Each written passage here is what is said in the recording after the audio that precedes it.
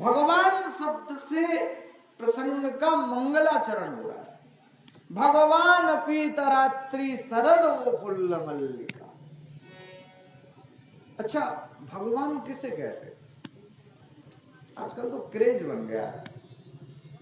50-60 हजार चेले हो गए, 8-10 VIP आश्रम बनवा लिए और 3-4 लग्जरी कार खरीद ली। अब बस अपने नाम के आगे लिख दिया भगवान।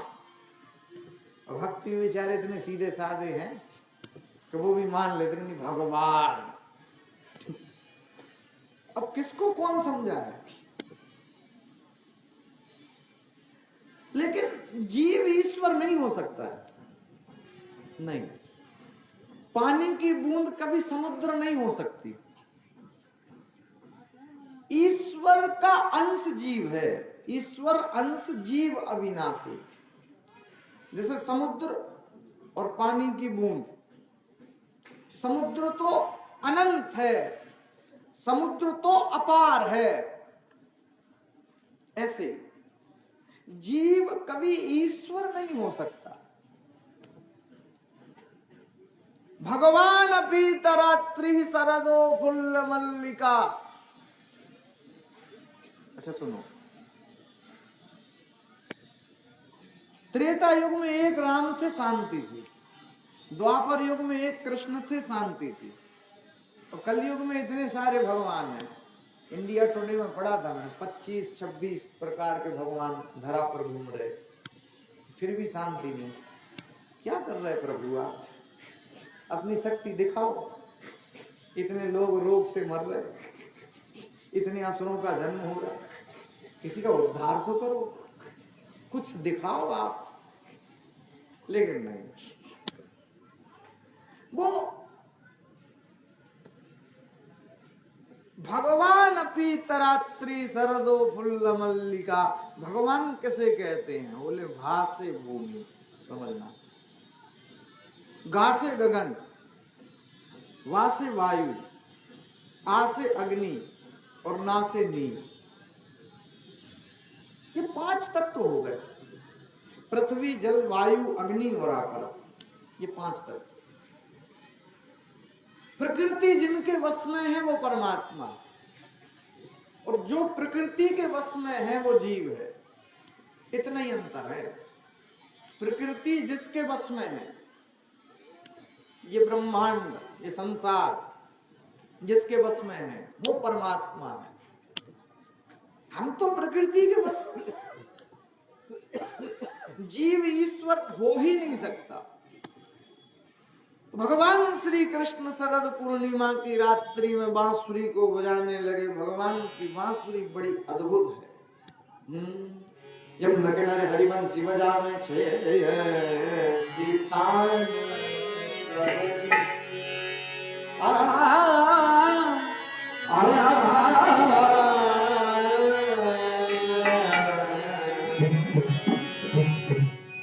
यमुना किनारे हरिवंशी बजावे छे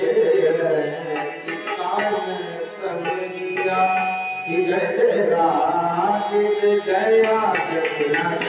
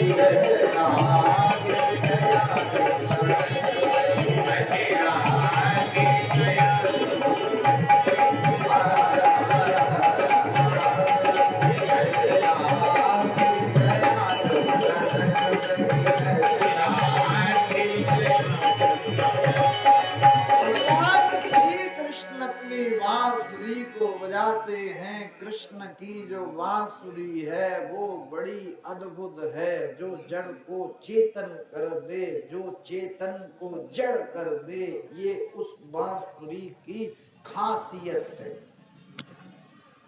भोपाल में एक हॉस्पिटल खुला है, संगीत से व्यक्ति के रोगों का इलाज होता है। अलग अलग राग, अलग अलग रोग और इलाज। संगीत है शक्ति ईश्वर की, हर सुर में छिपे हैं राग। रागनी तो ऐसी छेड़ो, रोगी को मिले आराम। आराम की जरूरत है तो भला एक काम कर, आराम की शरण में और राम राम। भगवान प्रकट हो जाए। संगीत भी जीवन में ऐसा होना चाहिए। मीरा जी गाती थी, थोड़ा सा बेसुरी हो गई, किसी ने कहा सुर में गाओ, राग में गाओ। बोले मैं राग में नहीं गा पाती, तो मैं अनुराग से गाती। अनुराग मिले ही न रघुपति बिन अनुरागा, मगर अनुराग के नहीं मिलेंगे।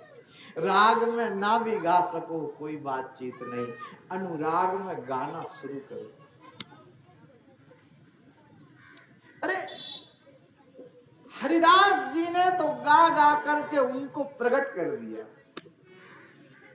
वृंदावन में जो बांके बिहारी हैं उनको प्रकट किया था श्री हरिदास ने।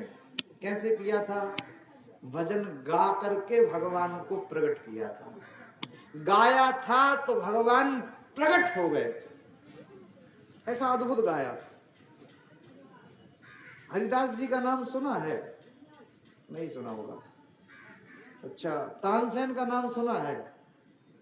तानसेन के जो गुरुजी थे संगीत के, उन्हीं का नाम था श्री हरिदास जी।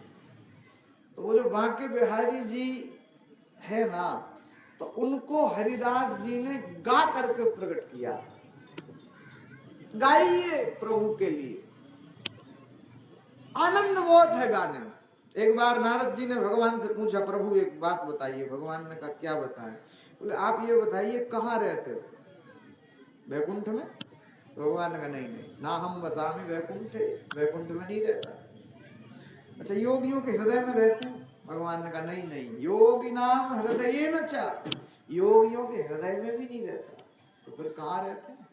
बोले मद भक्ता यत्र गायन्ति तत्र तिष्ठामि नारदा। जहाँ मेरे भक्त लोग मेरा गायन करते हैं, मैं तो उसी जगह पर रहता हूँ। इसलिए प्रभु के नाम को बड़े आनंद से गाइए। गाया है गोस्वामी जी ने, यह सब चरित कहा में गाई, आगल कथा सुनहु मन लाई।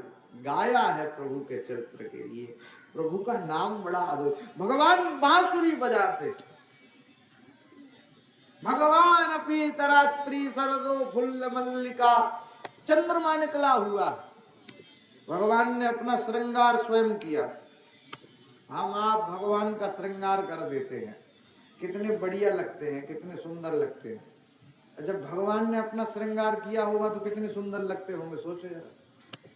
विष्णु भगवान के 24 अवतारों में से किसी भी अवतार का जितना से ज्यादा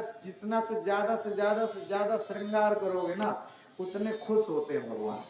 विष्णु भगवान के लिए श्रृंगार अतिशय पसंद है। श्रृंगार शंकर जी को क्या श्रृंगार से लेना देना। उनको जल पसंद है, सिवाय जल प्रियम। एक लोटा पानी शंकर जी के ऊपर चढ़ाओ, शंकर जी खुश हैं। वही लोटा पानी लेके चले जाओ राम जी के मंदिर में, ऊपर से चढ़ा दो, पुजारी जी क्या कहेंगे? दिमाग ही खराब है क्या, बुद्धि ही नहीं है क्या, ये क्या किया तुमने? तो कुछ नहीं किया, हमें स्नान नहीं कराया। वो 17-15 जब तक नहीं सुनाएंगे, जब तक नहीं मानेंगे। एक लोटा पानी कृष्ण भगवान के ऊपर से चढ़ा दो, पुजारी जी का रिएक्शन क्या रहेगा? मतलब बुद्धि नहीं है, ये क्या कर दिया तुमने, ऐसा करना चाहिए, तुम्हें शोभा देता है। तो कहने हमने तो स्नान करा है। भगवान कम गुस्सा होंगे, पुजारी जी ज्यादा गुस्सा हो जाएंगे। तुम समझो, विष्णु भगवान ना श्रृंगार से बड़े खुश होते हैं, तो उनके लिए कोई श्रृंगार वाली चीज लेकर के जाओ तो पुजारी जी खुश हो जाएंगे। मैं तो कहता हूँ कुछ ना ले जाए, फूल ही ले जाओ, खुश हो जाएंगे। चढ़ा खुश, मोर पंख ले जाओ, खुश हो जाएंगे। मुकुट ले जाओ, खुश हो जाएंगे। बांसुरी ले जाओ, खुश हो जाएंगे। वस्त्र ले जाओ, श्रृंगार वाले श्रृंगार से रिलेटिव जो चीज है ना, वो आप ले जाओ तो बड़े खुश हो जाएंगे, अत्याधिक प्रसन्न हो जाए। विष्णु भगवान के लिए श्रृंगार अतिशय ज्यादा पसंद है, तो भगवान ने अपना श्रृंगार किया। पहले तो शरद पूर्णिमा की रात्रि थी, और ऐसी अद्भुत रात्रि, उसको पूर्ण रात्रि माना है। बुद्ध के लिए इसी दिन निर्माण पद की प्राप्ति हुई थी, इसलिए बहुत लोग इसको बुद्ध पूर्णिमा भी कहते हैं। शरद पूर्णिमा की रात्रि, अद्भुत रात्रि, और भगवान श्री कृष्ण जाते हैं जंगल में और अपनी बांसुरी को उठा करके जैसे ही बांसुरी को बजाने लगे। तो कुछ समय पहले मैं कह रहा था कि कृष्ण की बांसुरी ऐसी है कि जो जड़ को चेतन कर देती है, जो चेतन को जड़ कर देती है, ऐसी बांसुरी। कैसे? तो कृष्ण जो बांसुरी बजाते थे ना, जो यमुना बहती थी वो रुक तो नहीं सकती, लेकिन वो यमुना का जल भी रुक जाता था, यमुना भी ठहर जाती थी। थोड़ा रुको, कृष्ण की बांसुरी तो सुन लो। यमुना रुक गई, चेतन जड़ हो गया। और जो पर्वत दूर रहते हैं, और कृष्ण की बांसुरी जब बजती थी तो वो उतने दूर से पर्वत भी कृष्ण के नजदीक चले आते थे बांसुरी सुनने के लिए। जो पर्वत चलते नहीं वो भी चलने लगते थे कृष्ण की बांसुरी को सुनने के लिए। ऐसी कृष्ण की बांसुरी थी। ये बांसुरी तो आज भी बज रही है, सबको सुनाई नहीं देती, तो किसी किसी को सुनाई देती, सबको दिखाई नहीं देते। कृष्ण किसी किसी को दिखाई देते। इसलिए मैं कहता हूं राधा की भक्ति से श्रेष्ठ मीरा की भक्ति। क्यों? कंपेयर नहीं करना चाहिए, लेकिन फिर भी राधा उसी टाइम पर थी जिस टाइम पर कृष्ण थे, वही समय था, द्वापर युग। लेकिन आपको शायद स्मरण होगा, मीरा का जन्म द्वापर में नहीं हुआ, मीरा का जन्म इस कलयुग में हुआ, कलिकाल में। तो मीरा ने कृष्ण को देखा नहीं है, तो फिर सुना है, सुना है। इस कलयुग में मीराबाई का जन्म हुआ। कैसी अद्भुत भक्ति थी। लोग कहते हैं मूर्ति में कुछ नहीं रखा, मूर्ति पूजा तो व्यर्थ है, मूर्ति पूजा तो बेकार है, मूर्ति में तो कुछ होता ही नहीं है। आपको शायद स्मरण कराऊं, मीरा की जो भक्ति थी वो पूरी की पूरी मीरा की भक्ति मूर्ति के ऊपर आधारित है। पूरी भक्ति मूर्ति के ऊपर आधारित है। इतिहास को बदला नहीं जा सकता है। आपको पता है एकलव्य, उसने द्रोणाचार्य को कभी देखा नहीं है, लेकिन वो ऐसा श्रेष्ठ धनुर्धर बन गया। तो कैसे बना? मैं कथा नहीं सुनाऊंगा, कथा क्योंकि सबको पता है, कथा पता है सबको है? डाउट है कि पता नहीं है। चलो शॉर्ट में सुनाते। द्रोणाचार्य निकले थे अपने शिष्यों की परीक्षा लेने के लिए कि भाई कौन सा मेरा शिष्य सर्वश्रेष्ठ धनुर्धर है। जंगल में उनके सब शिष्य उनके साथ थे। अचानक से क्या हुआ, रथ से नीचे उतरे, कुत्ता भौंकने लग गया। अर्जुन जब तक तरकस से बाण निकालते, इतनी देर में तो एकलव्य ने तरकस से बाण निकाल करके कुत्ते के मुंह में बाण मारे, और कुत्ते के मुंह में इतने सारे बाण ऐसे भर गए। कुत्ते को मुंह में चोट भी नहीं आई, खाली उसका भौंकना बंद हो गया। जो द्रोणाचार्य को भौंक रहा था वो बंद हो गया, मुंह में बाण ही बाण भर गए। देख करके बड़े चकित हो गए, मुस्कुराने लगे। द्रोणाचार्य ने तुरंत कहा, बच्चे तुम्हारे अंदर बड़ी अद्भुत प्रतिभा है, एक बात तो बताओ, तुमको धनुष बाण चलाना किसने सिखाया? तो तुरंत कहा, बोले मेरे गुरुदेव तो श्री द्रोणाचार्य जी महाराज। द्रोणाचार्य चकित हो। द्रोणाचार्य ने सोचा, द्रोणाचार्य तो मेरा ही नाम है, और कोई द्रोणाचार्य तो नहीं होंगे। पूछा, भैया द्रोणाचार्य ने तुमको सिखाया धनुष बाण? बोले हाँ। कब सिखाया? सिखाया है। तुमने उनसे मिले हो? बोले मिले नहीं। तो फिर? मेरे मन में इच्छा थी धनुष बाण चलाना सीखूं, तो मैंने एक मिट्टी की मूर्ति बना ली द्रोणाचार्य की, और मूर्ति के सामने मैंने अभ्यास किया, और फिर आपके सामने धनुष बाण में चलाता हूं। द्रोणाचार्य ने कहा कि ठीक है, गुरु दक्षिणा में मुझे तुम अंगूठा दे दो। एकलव्य ने काट के दे भी दिया, श्रेष्ठता थी उसकी। भील जाति में आज भी अंगूठे का प्रयोग नहीं करते, ऐसे बाण चलाते। जो भील होते वो ऐसे ऐसे चलाते हैं बाण, अंगूठे का उपयोग ही नहीं करते। दे दिया तो फिर दे दिया। अद्भुत लोग। तो मैं आपको केवल इतना स्मरण कराना चाह रहा हूं कि एकलव्य जो था उसने धनुर्विद्या सीखी, लेकिन एक मूर्ति को आप नकार नहीं सकते। मूर्ति साधारण नहीं है। मूर्ति पूजा का बहुत लोग विरोध करते हैं ना, मूर्ति साधारण नहीं। ये तो साचो प्रेम प्रभु ते हो, तो मूरत बोले कांट की, जी में मारो श्याम घनी, जिमावे बेटी जाट। मीरा की पूरी भक्ति मूर्ति के ऊपर आधारित है। संत आए थे रैदास उनके राज्य में, वो पूजा करते थे। उनके पास एक भगवान की बड़ी सुंदर मूर्ति थी। उस मूर्ति को देख करके मीरा ने रोना प्रारंभ कर दिया। छोटी सी उम्र है मीरा की, इतनी रोई इतनी रोई इतनी रोई। 5 दिन बीत गए, बहुत रोती। एक दिन रैदास ने पूछा, राजन तुम्हारी पुत्री बहुत रो रही है, क्या समस्या है? इसकी समस्या क्या बताएं? क्यों? मूर्ति के लिए रो रही है जो आप पूजन करते हैं। मार्केट से 8-10 मूर्ति हम नहीं दिला चुके, लेकिन चुप नहीं होती, कहती वही मूर्ति चाहिए। रैदास जी भी आनंदित, यही मूर्ति चाहिए, कोई बात नहीं, चलो लो रख लो। मूर्ति दे करके चले गए, और मूर्ति के प्रति तो मीरा का प्रेम ऐसा हो गया, गुड्डे गुड्डियों का खेल जैसे होता है। भोजन करती है तो पहले मूर्ति को करा देती है, फिर खुद खा लेती है। मूर्ति को सुला देती है, खुद सो जाती है। मूर्ति को उठा देती है, मुंह धुला देती है, स्नान करा देती है, तिलक लगा देती है, चंदन लगा देती है, भोग लगा देती है, और एक भी क्षण के लिए वो मूर्ति अपने से दूर नहीं करती मीरा। क्या घटना घटी! अरे एक दिन किसी की बारात आई थी, और ऊपर से लोग देखते, माता दूल्हे को देख रही थी।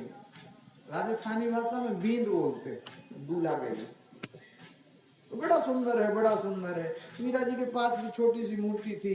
मीरा जी ने पूछा, माँ मेरी शादी कब होगी, मेरा बींद कहाँ है?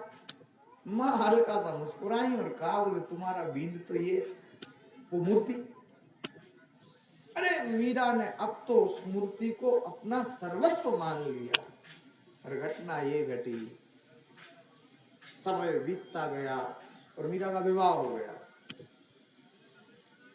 चित्तौड़ के राजा जो थे, जिनका नाम था भोजराज, उनके साथ मीरा का विवाह हुआ था। भोजराज भी बड़े आनंदित थे ना। भगवान की कथा तो भक्त सुनते हैं, लेकिन भक्तों की कथा तो साक्षात श्री ठाकुर जी खुद ही सुनते हैं। मीरा का चरित्र बड़ा अद्भुत है। अरे लोग तो भगवान राम के भजन को भजते हैं, लेकिन राम तो खुद ऐसे हैं जो भरत के नाम को जपते। जगु जप राम राम जप जे, भरत सरस को राम सनेही। राम तो वो है जो भक्तों की कथा खुद सुनते हैं। इसलिए तो भगवान कहते मैं भक्तन का दास, भक्त मोरे मुकुट मणि। इसीलिए तो भगवान कहते नाना भांति नचायो रे, भगतन मोहे नाना भांति नचायो। ये भक्त में ही सामर्थ्य है जो भगवान को भी नचा देता, वरना वो परमात्मा जगत को नचाते हैं, लेकिन भक्तों के लिए वो परमात्मा नाच भी लेते हैं ना, भक्तों के लिए कुछ भी बन जाता है। तो मीरा का चरित्र तो साहब बड़ा अद्भुत चरित्र है। भोजराज के साथ विवाह हो गया, ठीक, भक्ति में बाधा नहीं, भोजराज अच्छे थे, मीरा को कभी रोका नहीं, कभी टोका नहीं, तुम भजन मत करो, तुम पूजा मत करो, तुम पाठ मत करो, नहीं, अपनी तरफ से कृष्ण का मंदिर बनवा दिया। कभी चित्तौड़ जाने का मौका लगे तो देखना, उसका नाम है मीरा मंदिर। वाइट संगमरमर से बड़ा अच्छा सुंदर मंदिर बना, उसका नाम ही है मीरा मंदिर। सबसे सुंदर मंदिर चित्तौड़गढ़ में शायद वही है, शायद नहीं, कंफर्म, डेफिनेटली वही है। ऐसा अद्भुत मंदिर, उधर बैठ के मीरा जी पूजन करती थी। अब कुछ भी कहो, समय बीतता गया और भोजराज की बीमारी से मृत्यु हो गई। राजा के पद पे विक्रम विराजमान हो गया, राणा विक्रम। पर विक्रम ने तो कितने जुल्म ढाए,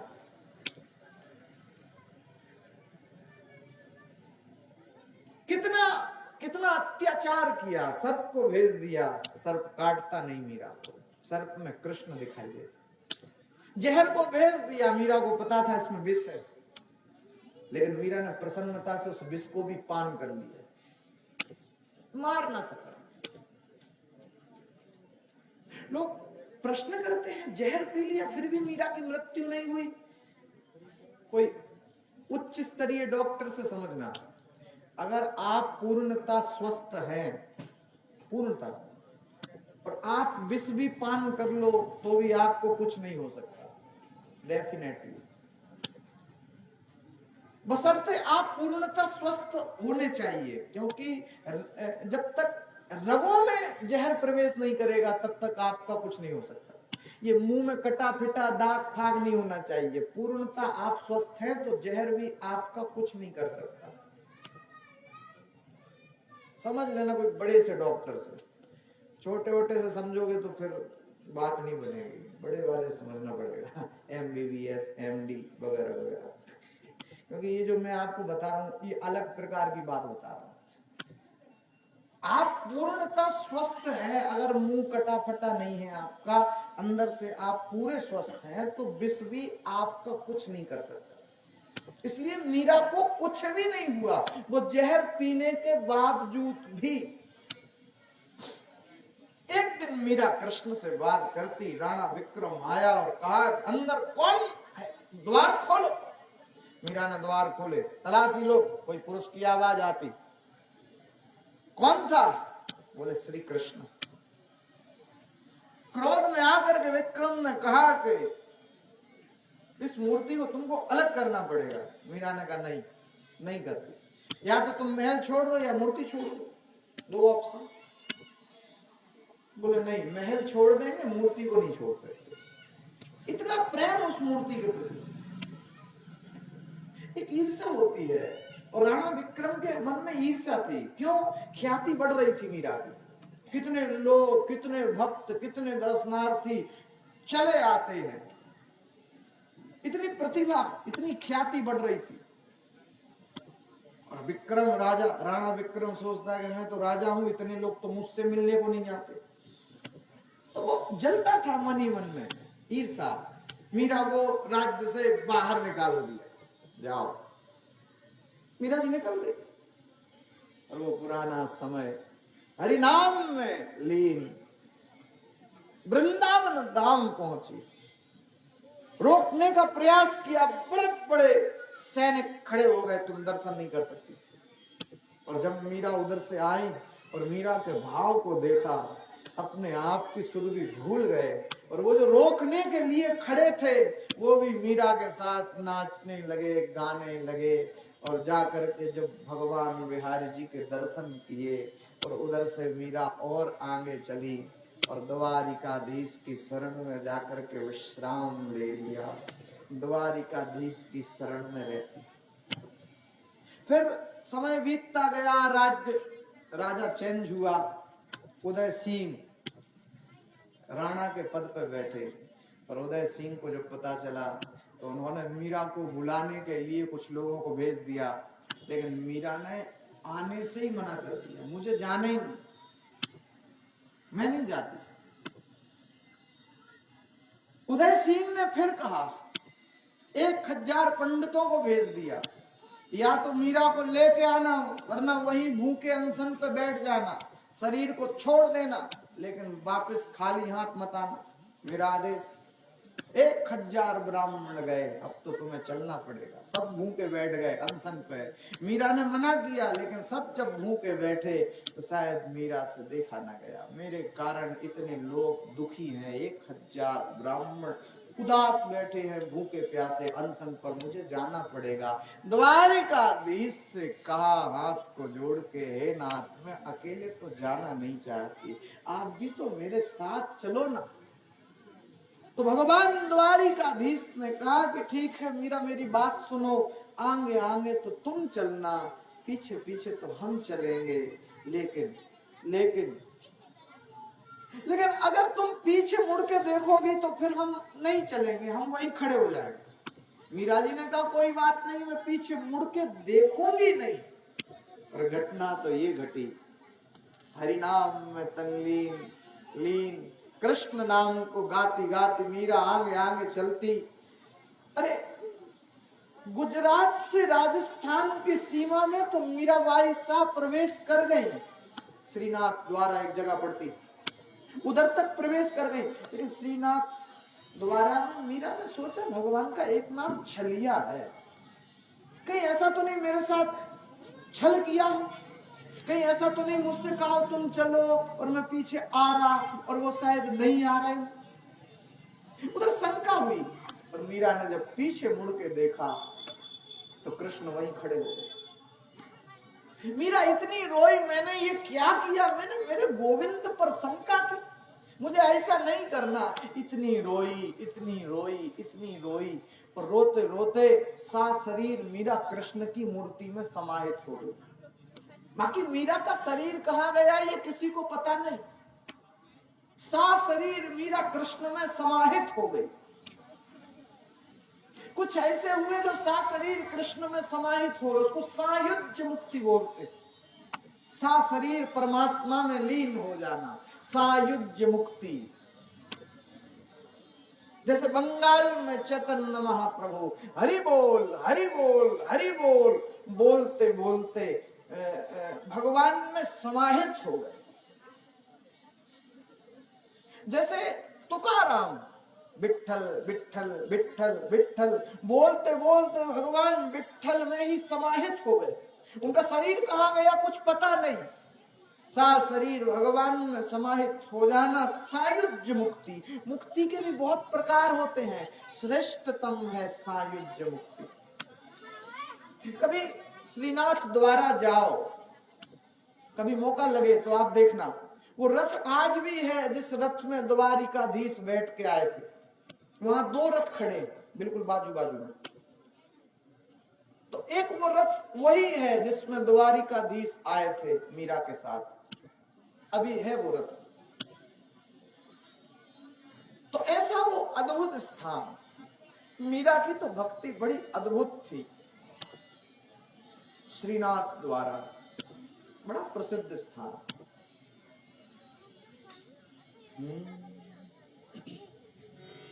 मेरे सांवरे सलोने सबरिया, तेरा जलवा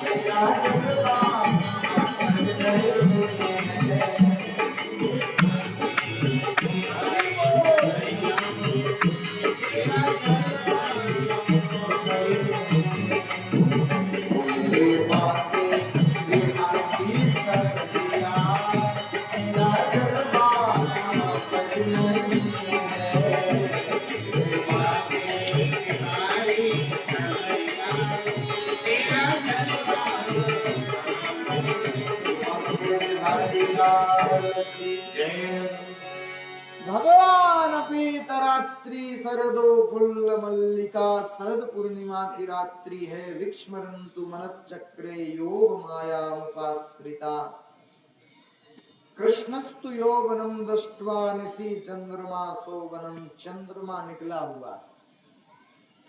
शरदोचान सारम्याम मनश्चक्रे रतिम प्रति, शरद पूर्णिमा के रात्रि में भगवान श्री कृष्ण ने अपनी बांसुरी को उठाया और जैसे ही भगवान ने अपनी बांसुरी को बजाना शुरू किया, बांसुरी में 3 गुण हैं। ये 3 गुण हमारे आपके जीवन में भी आ जाएंगे तो हम भी भगवान के लिए अतिशय प्रिय हो जाएंगे।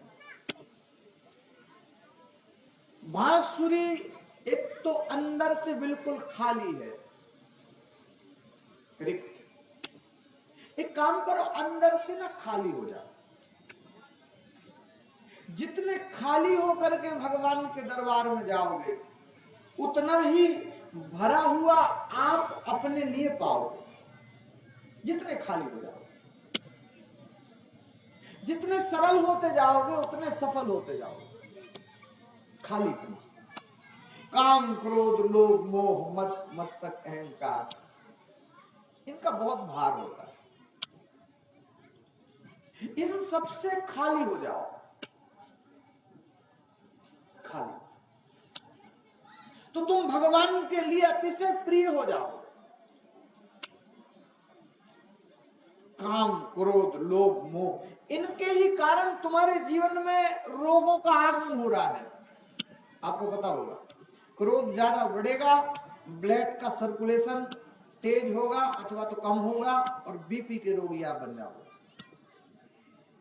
ब्लड प्रेशर के रोगी आप बन जाओगे। क्रोध से यह घटना घटेगी। काम से तुम्हारे जीवन में कितने कितने रोगों का आगमन होगा। लोभ से तुम्हारे जीवन में कितनी कितनी समस्याएं आएंगी। अभिमान पतन का कारण। जितने खाली हो जाओगे उतने स्वस्थ हो जाओगे, उतने भगवान के करीब पहुंच जाओगे। मैं कोई बड़ा सेठ हूं? नहीं, मैं तो प्रभु का भक्त हूं। ये भाव जीवन में आ जाए परिपूर्ण। मैं बड़ा किसान हूं? नहीं, मैं प्रभु का भक्त हूं। ये भाव जीवन में आ जाए बस परिपूर्णता। मैं कोई बड़ा नेता हूं? दूरी हो गई, दूरी हो गई। मैं तो प्रभु का भक्त हूं, बस। मैं कोई बड़ा पदाधिकारी हूं तो दूरी हो जाएगी। मैं तो केवल और केवल प्रभु का भक्त हूं। इतना भाव स्मरण जीवन में रह जाए तो भगवान को प्राप्त कर लोगे। ये मैं शब्द जहां आया वहां भगवान से दूरी हो गई। मैं ही खत्म हो जाए। मैं पुरुष हूं, मैं स्त्री हूं? नहीं, मैं तो प्रभु का भक्त हूं। शरीर तो कपड़ा है। वासांस जीर्णानि यथो विहाय। शरीर कपड़ा है, कपड़ा। तुम्हारा भगवान से शारीरिक रिश्ता नहीं है। तुम्हारा भगवान से जो रिश्ता है वो आत्मिक है। शारीरिक तुम्हारा रिश्ता संसारियों से है। भगवान से तुम्हारा शरीर का रिश्ता नहीं है। आत्मा, आत्मिक। तुम भगवान के अंश हो। और कितने वस्त्र तुमने बदले। इसलिए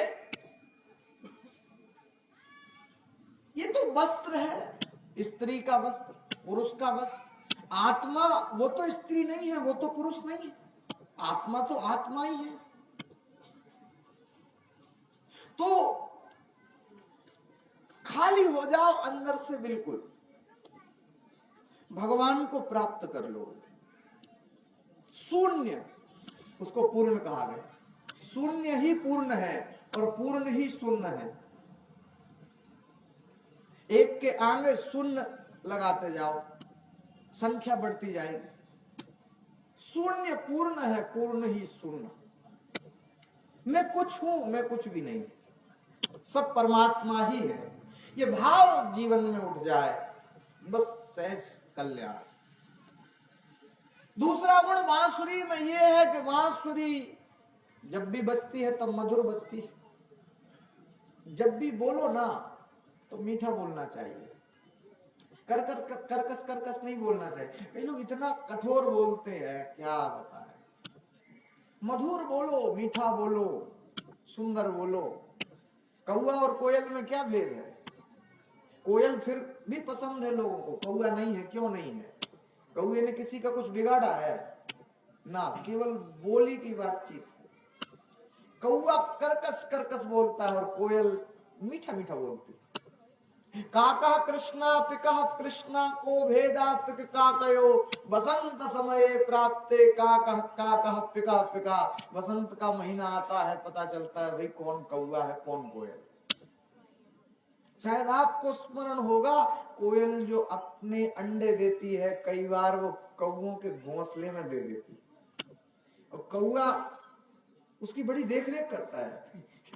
लेकिन जब वो बच्चे बड़े होते हैं, कौआ उनका अच्छे से ख्याल रखता है, पालन पोषण करता है। जब वो कोयल के बच्चे बड़े हो जाते हैं तो दूर भाग जाते हैं, बोली उनकी अलग होती। ऐसी घटना घटती। मीठा बोलो, सुंदर बोलो, अच्छा बोलो। तीसरा, बांसुरी को जब बजाओ तब बजती, अचानक से नहीं बजती। जब आवश्यकता हो तब ही बोलो, अकारण मत बोलो। कोई लोग इतना बोलते हैं, बोलते जाएंगे बोलते जाएंगे बोलते जाएंगे बोलते जाएंगे। ऑन का स्विच है, ऑफ का नहीं है ना। लोगों का इंटरेस्ट खत्म होता है। सार तत्व की बात बोलो, सार्थक बातचीत बोलो। बहुत अधिक बोलने की आवश्यकता नहीं, विस्तार में समस्या। बहुत अधिक विस्तार नहीं, समस्या होगी ना। Short and sweet. इसलिए कृष्ण को बांसुरी बहुत पसंद है। कृष्ण ने जैसे ही बांसुरी को बजाया, एक गोपी अपने घर में झाड़ू लगा रही थी, बस उसने झाड़ू को छोड़ा और वो भागी जंगल में। एक गोपी भोजन बना रही थी, उसने भोजन को छोड़ा और वो भागी कृष्ण के पास। एक गोपी अपने पति को भोजन करा रही थी और छोड़ा और वो भागी कृष्ण के पास।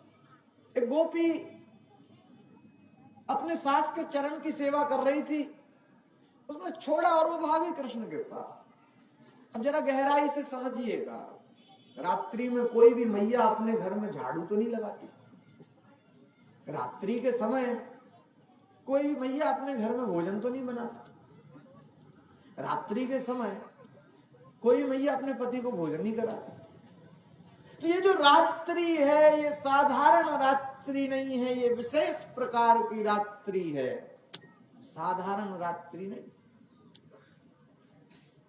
ऐसा लिखा है, सरदो फुल्ल मल्लिका विक्ष्मरन्तु मनश्चक्रे योग माया मुपाश्रिता। क्या है? बोले शरद पूर्णिमा की रात्रि है, मल्लिका के फूल खिले हुए। अच्छा, तो मल्लिका के जो फूल होते हैं तो शरद ऋतु में तो खिलते नहीं, वो तो मतलब श्रावण में ही खिलते हैं, पता होगा आपको। लेकिन यहाँ तो शरद ऋतु में भी वो मल्लिका के फूल खिले हुए। क्या समझे? बोले ये साधारण रात्रि नहीं है, मैं कह रहा हूं कृष्ण ने अपने हिसाब से उस रात्रि का निर्माण किया अपने हिसाब से। ऐसे ऐसे समझ में नहीं आया, ठीक है ऐसे आएगा। आजकल ना हर मौसम में हर सब्जी मिल जाती। कैसे मिल जाती? पहले ऐसा नहीं था। एक मौसम होता था जो टमाटर मिलते थे, आजकल तो जब चाहे तब ले। एक मौसम आता था जो भट्टा खरीदते थे, बैगन, आजकल हर मौसम में ले। धना एक मौसम में ही आते थे, आजकल तो जब चाहे चले जाओ, धना की पत्ती ले आओ मार्केट से। एक समय होता था जो गोभी मिलता था, आजकल 12 महीने ही ले आओ। हर सब्जी हर मौसम में उपलब्ध है, any way any time available, उपलब्ध है। कैसे है? तो कैसे उगाते हैं वो? क्या होता है कि मतलब जो सब्जी उगा रहा है उसको जितना टेम्परेचर चाहिए उतना टेम्परेचर वैसी व्यवस्था कर दी, उसके अनुरूप वो सब्जी उगाई। तो ऐसे ही भगवान ने भी क्या किया, शरद ऋतु में श्रावण मास को मिक्स कर दिया, इसलिए मल्लिका के फूल खिल गए। अपने हिसाब से भगवान ने उसको श्रृंगारा है।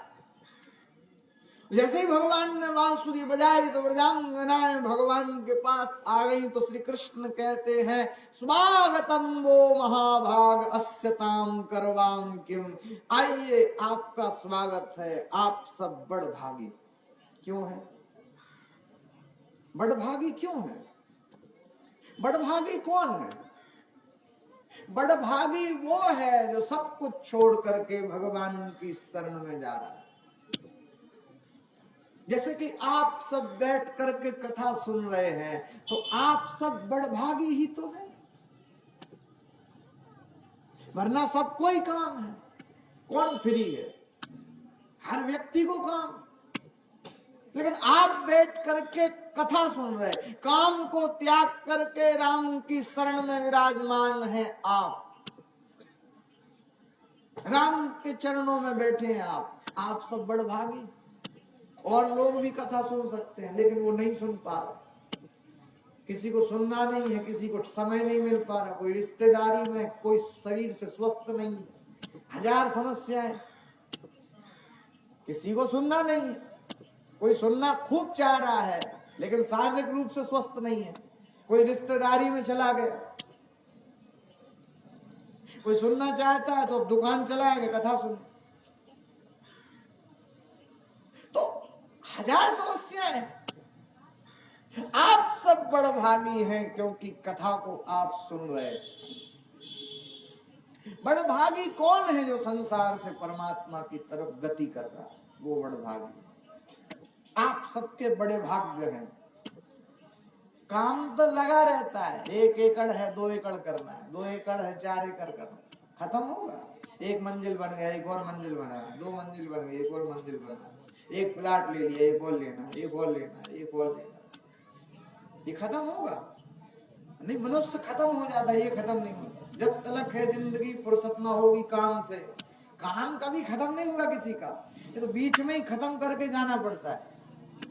जब बुलावा आता है जाना पड़ता है। एक बड़ा राजा था तो उसने घोषणा कर दी, सुनो इधर आओ, क्या दौड़ लगा लो, शाम तक का समय है, जितनी जमीन दौड़ लगा के प्राप्त कर लोगे वो तुम्हें दे देंगे। जम गई बात, सुबह से भागा, अरे अभी तो 5 एकड़ ही हुई है, और भाग रहा है, अरे अभी तो 10 एकड़ ही हुई, और भाग रहा है, अरे अभी तो 50 एकड़ ही हुई है, और भाग रहा है। भूख लगी है लेकिन वो कहता है नहीं खाना खाएंगे ही। अरे अभी तो 80 एकड़ ही हुई है, इतने में क्या होगा, और भागता जा रहा है। उसे प्यास लगी है, वो कह रहा नहीं पानी पिएंगे ही। 150 एकड़ हो गए, उसने कहा नहीं नहीं नहीं। 500 एकड़ हो गए, उसने कहा बिल्कुल नहीं, इतने में काम चलेगा ही नहीं। 800 एकड़ हो गए, इसने कहा रुकेंगे ही नहीं। प्यास लगी है, पसीना पसीना हो गया, भूख लगी है, मगर ये तो भागते ही चला जा रहा है, भागते ही चला जा रहा है। अरे 1000 एकड़ हो गई पर भागते ही जा रहा है। एक पैर में पत्थर लगा, वो नीचे गिरा, वो मर गया, हार्ट में दर्द हुआ, गया। ये किसी व्यक्ति की बातचीत नहीं है, किसी राजा की बातचीत नहीं है, ये हमारी आपकी सबकी बातचीत है। एक अंधी दौड़ है और मनुष्य भाग रहा है, न तो समय पर खाना खाता है, न टाइम पर पानी पीता है, न किसी के ऊपर ध्यान देता है, बस एक अंधी दौड़ है और बस भागता ही जा रहा है, भागता ही जा रहा है, भागता ही जा रहा है। और वही होना है एक दिन ऐसा ही होना है। ये हर व्यक्ति की बातचीत है, एक व्यक्ति की बातचीत नहीं है। आध्यात्मिक दृष्टि से समझिएगा, हम सबकी यही बातचीत है ना तो हम परिवार के लिए समय दे रहे हैं, ना बच्चों पे ध्यान दे रहे हैं, ना किसी के, खुद तुम अपने ही ऊपर ध्यान नहीं दे रहे, किसी का कुछ ख्याल ही नहीं, बस भागते ही चले जा, अंधी दौड़। तो बड़ा भागी कौन है, बोले जो राम की शरण में जा पहुंचा है। जब तलक है जिंदगी फुर्सत ना होगी काम से। आराम की जरूरत है, भागते भागते परेशान हो गए हो, एक काम कर लो, क्या आराम की जरूरत है तो एक काम कर, आराम की शरण में और राम राम कर, इसी में ही विश्राम प्राप्त होगा आपके लिए। हरि नाम को गाना प्रारंभ करो। भगवान बांसुरी को बजा रहे हैं, वृंदांगनाएं आई हैं, भगवान ने स्वागत किया है। गोपी किसे कहते हैं? कोई लड़की गोपी नहीं, कोई स्त्री गोपी नहीं, भक्ति रस पीवती तीसा गोपी, जो भक्ति रस का पान करता है वो गोपी। शंकर जी भी उसमें रास क्रीड़ा में सम्मिलित होने के लिए गए थे, वेश बनाया था। जो नौकरी कर रहे हो तो ड्रेस तो पहननी पड़ेगी वो, जबकि ड्रेस से है कुछ नहीं, लेकिन फिर भी पहनना पड़ता है ना। अच्छा सुनो, एक गजब की बात बताते हैं, अभी अभी स्मरण आया। एक बहुत बड़े वकील थे, वो आज तक उनका रिकॉर्ड था कि वो एक भी केस नहीं हारे, एक भी केस। लेकिन वो पता है क्या करते, उनका जो कोट था ना, कोट, तो वो कोट में उनका बटन लगा था, तो वो बटन को ऐसे ऐसे घुमाते थे, और ऐसे ऐसे घुमाते, न जाने उनका दिमाग कैसा चलता, ऐसी ऐसी दलीलें प्रस्तुत कर देते तो बड़े से बड़े जज को मानना पड़ता। तो एक व्यक्ति जो था वो केस हार रहा था, और ये वकील विरोध में, उसने सेट किया उसके जूनियर वकील को, बोले तुमको एक काम करना। क्या? बोले वो जो आपके मेन वकील साहब है ना, हाँ, उनके कोट में जो बटन है ना, वो बटन तुम तोड़ देना, उसके तुम कहो तो 2 लाख रुपए तुम्हें दे रहे। जूनियर वकील ने कहा, ले कोट का बटन ही तो तोड़ना, इतनी लंबी चौड़ी फीस मिल रही, क्या जा रहा है? बस उसने मौका प्राप्त करके, मौका पाके, और वो बटन उधर से काट दिया और फेंक दिया। अब जैसे ही साहब बड़े वकील पहुंच गए, हाँ कोट कहाँ है, कोट कहाँ है, ले आओ। 8-10 पुंछे साथ में ही कोट दे दिया साहब। जैसे ही पहना और जज के सामने पहुंचे बड़े वकील, दलील पेश करते करते उन्हें याद आया, स्मरण, तो उन्होंने एकदम हाथ घुमाया, और जैसे ही हाथ घुमाया उन्होंने, तो कोट में बटन नहीं था। अब वो भूले, अब वो पसीना आए, थोड़ी देर में रूमाल निकाले, पहुंचे, और बार बार हाथ वहीं कोट के बटन पे पहुंच जाए। हजारों वर्ष, मतलब कई सालों से ऐसा होता आ रहा था, वो बटन ही घुमाते थे, लेकिन अब बटन है नहीं, सामने वाले की मनोस्थिति टोटली बेकार हो चुकी, और जो व्यक्ति एक भी केस नहीं हारा था, वो व्यक्ति वो केस हार गया। अब तुम सोचो, उस बटन में कुछ है क्या? बताओ, कुछ है? बटन ही तो है, लेकिन वो आदत पड़ गई, वो आदत में आ गया, अब वो बटन नहीं है। जबकि ऐसा नहीं है कोई उनको कुछ बटन याद करा देता हो, नहीं, आदत पड़ गई, वो बटन गायब हो गया। मतलब जो आज तक नहीं हारे वो भी हार गए। तो भाई जिस नौकरी में जा रहा है तो उस हिसाब की ड्रेस तो पहननी पड़ती, उस हिसाब से तो बड़ी देर से बैठे 1-2 भजन गा लेते। आइए।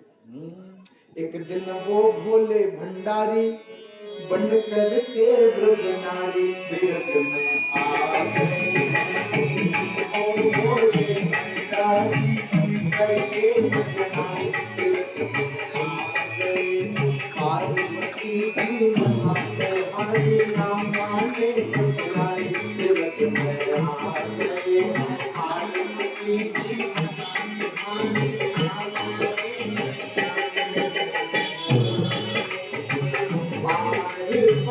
से बोले मैं भी चलूंगा तेरे संग में। पार्वती से बोले मैं भी चलूंगा तेरे संग में। राधा संग श्याम नाचे मैं भी नचूंगा तेरे संग में। राधा संग श्याम नाचे मैं भी नचूंगा तेरे संग में। रास रचेगा मैं भारी तुझे दिखाओ जाएंगे रास रचेगा मैं भारी तुझे दिखाओ जाएंगे। वो बोले भंडारी भंडर के बजगारी वो बोले भंडारी भंडर के बजगारी।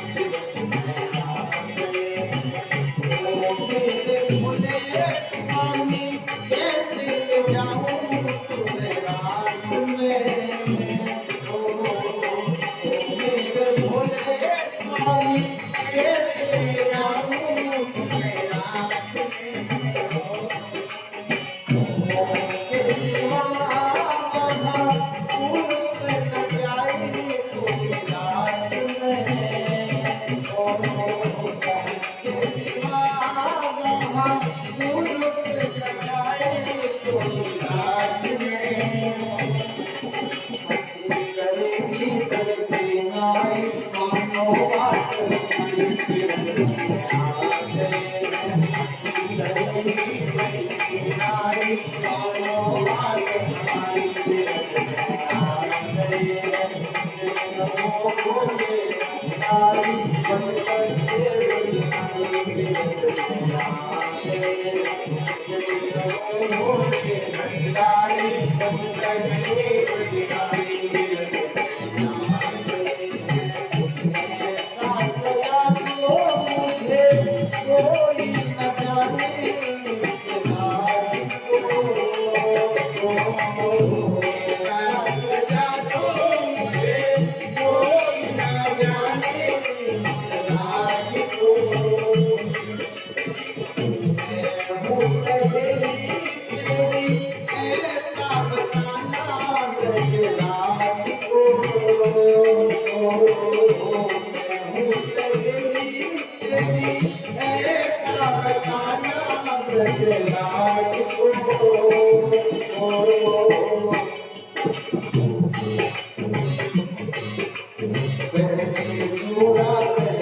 साड़ी चाल चले मतवाली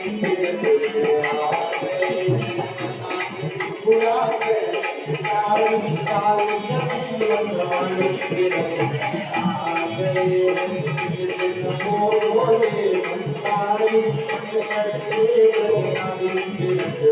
आ गए। बोले भंडारी करके भगवान की। तो कुछ भामाशाह दाताओं के नाम मंच पर आए हैं। 5100 रुपया डब्बू सैनी जनपद सदस्य उनकी ओर से कथा में दान किए गए हैं। 501 रुपया शिवराम जी सैनी, 500 रुपया संतराम जी कुर्मी, 200 रुपया राजेश जी सैनी, 150 रुपया रविंद्र पटेल, 100 रुपया मनोज सिंह यादव। दूसरी सूचना ये है कि कुछ लोगों ने गुरु मंत्र ले लिया है और भी जिन लोगों ने गुरु मंत्र नहीं लिया है अगर उनकी इच्छा है तो कल 11 बजे दिन में यहाँ आकर के गुरु मंत्र ले सकते हैं। बाके बिहारी लाल की। भगवान महादेव भी पधारे रास क्रीड़ा में। रास क्रीड़ा में प्रवेश सबको नहीं मिलता। मैं कहता हूं रास को आपको समझना है तो रास क्रीड़ा समझ में आ जाएगी, लेकिन वो दृष्टि चाहिए तभी समझ पाओगे। जैसे वो दृष्टि नहीं है तो नहीं समझ पाओगे, वो दृष्टि चाहिए। जैसे आप समझना, कसाई को गाय में मांस नजर आता है, गाय के अंदर ये सारी चीजें विद्यमान है, लेकिन जो जिस दृष्टि से देख रहा है, व्यापारी को गाय में व्यापार नजर आता है, गाय का दूध बहुत बढ़िया, बहुत महंगा बिकता है, देसी गाय का दूध महंगा बिकता, व्यापार। डॉक्टर को गाय में औषधि नजर आती है, गाय के मूत्र से कैंसर जैसे रोग समाप्त हो जाते हैं, गाय का दूध स्वास्थ्य के लिए बहुत